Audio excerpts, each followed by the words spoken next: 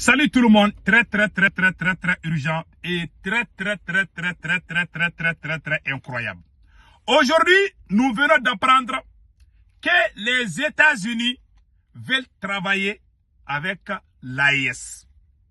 C'est écrit ici, hein, que les soldats américains veulent travailler avec les soldats de l'AIS dans la lutte contre le terrorisme. Source, Jeune Afrique. Deuxième source, AIS Info. Donc, c'est partagé partout. Que les Américains veulent travailler. Que les discussions sont en... Après, je vais tout lire. La deuxième nouvelle, nous avons appris que le président Umaru Sissoco Embalo ne va pas se présenter aux élections prochaines. À notre grande surprise, la France dit que non, que va, que Amadou, la France, à travers RFI, la France vient de dire que Embalo va se présenter. Pion. Ah, voilà, c'est écrit ici. Voilà Embalo Sissoco. Ouais, nous là, notre décision là, même si on décide, si la France n'a pas décidé, c'est comme ça. Quand il est esclave, c'est comme ça. Lui-même, il dit qu'il ne va pas se présenter. Mais la France vient de dire que non, quand il va se présenter. Ils ont parlé des problèmes de trafic de drogue, mais je ne vais pas rentrer dans ça là. Mais avant d'aller loin là, j'aimerais montrer quelque chose à mes camarades, à mes frères et sœurs. Il y a une fausse information selon laquelle que les voyous groupes armés du Mali auraient bombardé le Mali. Vous voyez, ça c'est pas vrai. Ils n'ont pas bombardé le Mali. Ils sont en train de faire des montages.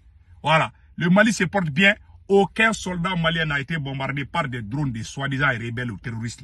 C'est pas vrai. Ils sont en train de planifier comment ils vont utiliser ça. Mais qu'ils ont bombardé que les Maliens, ils sont en train de mentir que beaucoup de VDP même sont tombés. C'est pas vrai. Il y a des fausses informations. Je vous dis, les ennemis de l'AIS là, ils sont en train d'activer. Ils sont en train de faire une communication robuste contre nous. Donc faisons beaucoup attention. L'armée malienne se porte très bien. Voilà. Il n'y a eu aucune attaque contre l'armée malienne. Aucun blessé ni rien. L'armée malienne se porte bien. Voilà. C'est que les voyous de la CIMA montrent là. Ça, c'est pas vrai. C'est faux. Maintenant, allons-y avec ce que les États-Unis ont fait comme proposition. Voilà. Nouvel axe stratégique pour les USA dans l'AIS. Pour les États-Unis dans l'AIS. Maintien de la coopération malgré le retrait du Niger. Malgré le retrait récent des forces américaines du Niger, le Pentagone affirme son intention de maintenir une coopération militaire active avec les pays de l'Alliance des États du Sahel, le Burkina Faso, le Mali et le Niger. Un nouveau modèle de partenariat est en cours de discussion, selon Michael Langsley, chef de commandement américain pour l'Afrique. Parallèlement, les États-Unis renforcent leur coopération, leur collaboration militaire avec les pays côtiers de l'Afrique de l'Ouest, la Côte d'Ivoire, le Ghana, le Bénin et le Togo, soulignant ainsi une évolution stratégique dans la région. La lutte contre le terrorisme et la préservation des intérêts sécuritaires américains demeurent au corps de cette nouvelle approche, visant à garantir la stabilité de l'ensemble de la région sahélienne et ouest africaine. Il y a la source AIS Info, source Jeune Afrique. Il y a une autre version aussi que je vais lire. Les forces américaines se sont retirées du Niger, mais cela ne signifie pas autant de contacts. Voilà. Mais avec les trois pays de l'Alliance des États-Unis, Washington continue de discuter d'un nouveau modèle de coopération militaire qui pourrait être mis en place. C'est ce qu'a avéré la presse, c'est ce qu'a révélé en conférence de presse le 12 septembre Michael Langsley, le patron du commandement américain. Voilà. Donc, le patron du commandement militaire américain, Michael Langsley, a dit que les États-Unis sont en train de discuter avec le Mali, le Burkina Faso et le Niger pour une coopération militaire. Voilà. Et aussi, ils veulent, tout le monde veut être dans l'AIS, je vous ai dit. Le Nigeria a quitté le Niger il n'y a pas un mois de cela. C'est fait vers la fin d'août. Voilà. Ils ont signé des coopérations.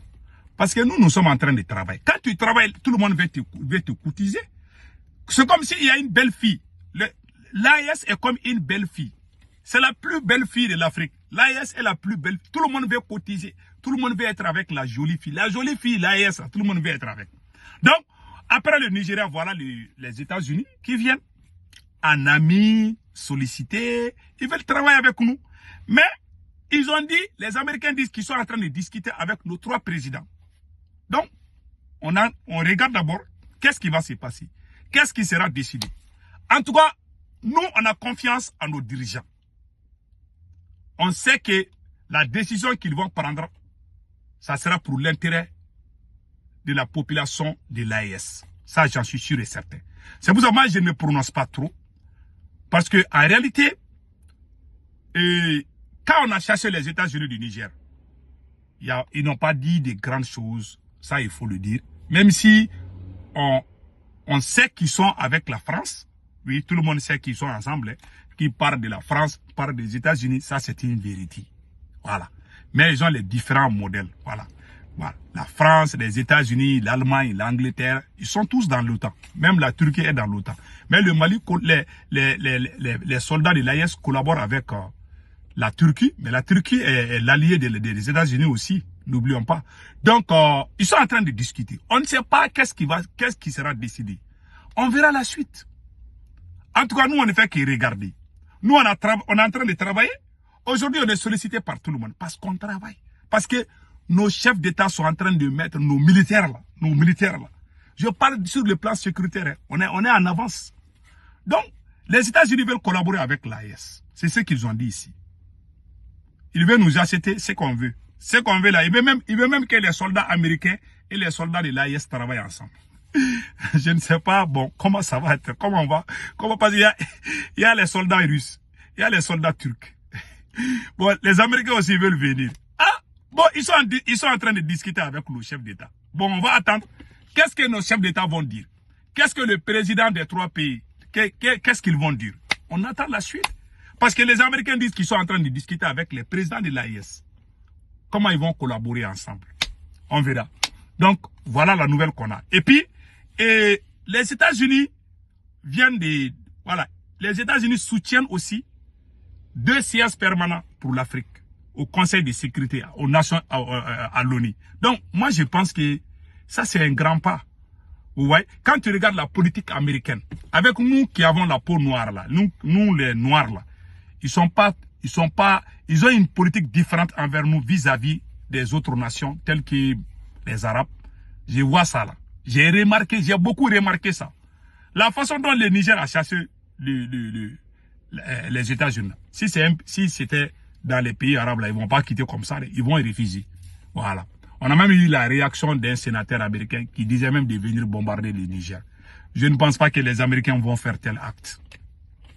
Voilà. Je ne défends pas les États-Unis, mais j'en suis sûr qu'ils vont pas faire ça. Parce qu'il y a une réalité que moi je vais dire. La France, les États-Unis, l'Allemagne, l'Angleterre, la Turquie, ils sont tous dans l'OTAN. Mais il y a des pays de l'OTAN qui sont en train... Les drones qu'on utilise là, les drones Bayraktar, ça vient de la Turquie. Et la Turquie fait partie... La Turquie est l'allié des États-Unis. Ils sont dans l'OTAN. Donc, il y a ces facteurs qui sont là. Il y a une autre chose que j'aimerais que les gens chassent. Ouais, moi j'ai un peu de respect envers l'Angleterre. Quand l'Angleterre et l'Allemagne, quand le Mali a pris son indépendance, le premier pays qui a reconnu le Mali dans le monde entier, c'est l'Allemagne. Avant même la Russie, avant même l'Union soviétique. Le premier pays qui a reconnu le Mali, ça c'est l'Allemagne. Yep. Quand le Mali a eu son indépendance, le premier avion que le Mali a eu à sa possession, c'est l'Angleterre, la reine d'Angleterre qui a donné ça à Modibo Keïta. Il y a beaucoup de gens qui... Bon, il y a tous ces facteurs qui sont là. Voilà. Donc, ce qui fait qu'il y a un peu de respect. Mais la France, je ne vais même pas entendre parler de la France. Voilà. Donc, c'est un peu ça. Ils sont des alliés, mais ils ne sont pas les mêmes 100%. Non, non, non. Ils sont différents. Voilà. Ils sont différents. La façon dont la France, même quand vous regardez la manière de colonisation, là, les Anglais sont venus avec indirect rule. Les Américains sont venus avec direct rule.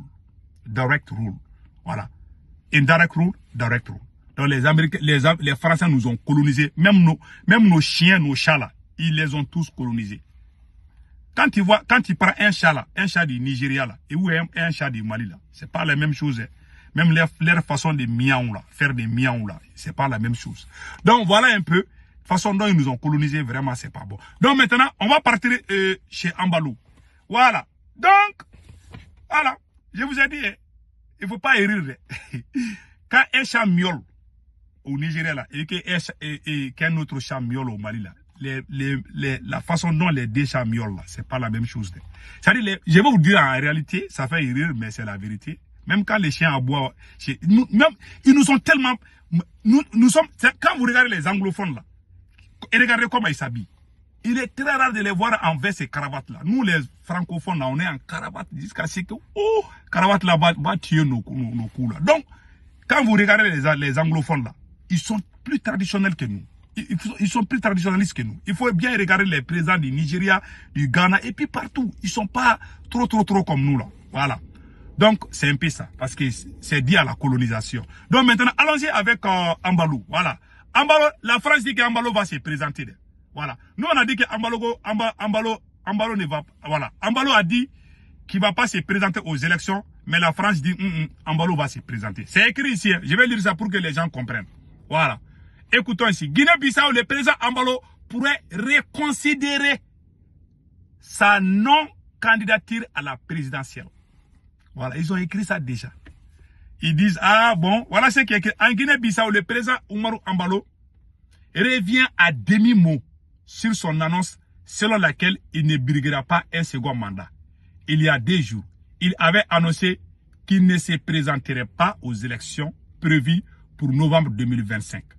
Sur les conseils de sa femme, et il n'est pas officiellement revenu sur sa décision. Il n'est pas exclu qu'il reconnaît d'ici là. Donc, ils ont donné beaucoup de détails. On dirait que la France veut que Embalo se présente. Parce que si Embalo parle, ce sont les révolutionnaires qui vont prendre le pouvoir et puis ils vont commencer à se rallier. Si Embalo ne se présente pas, celui qui va gagner là-bas, là, sauf s'il y a tricherie, la personne va faire alliance avec l'AES.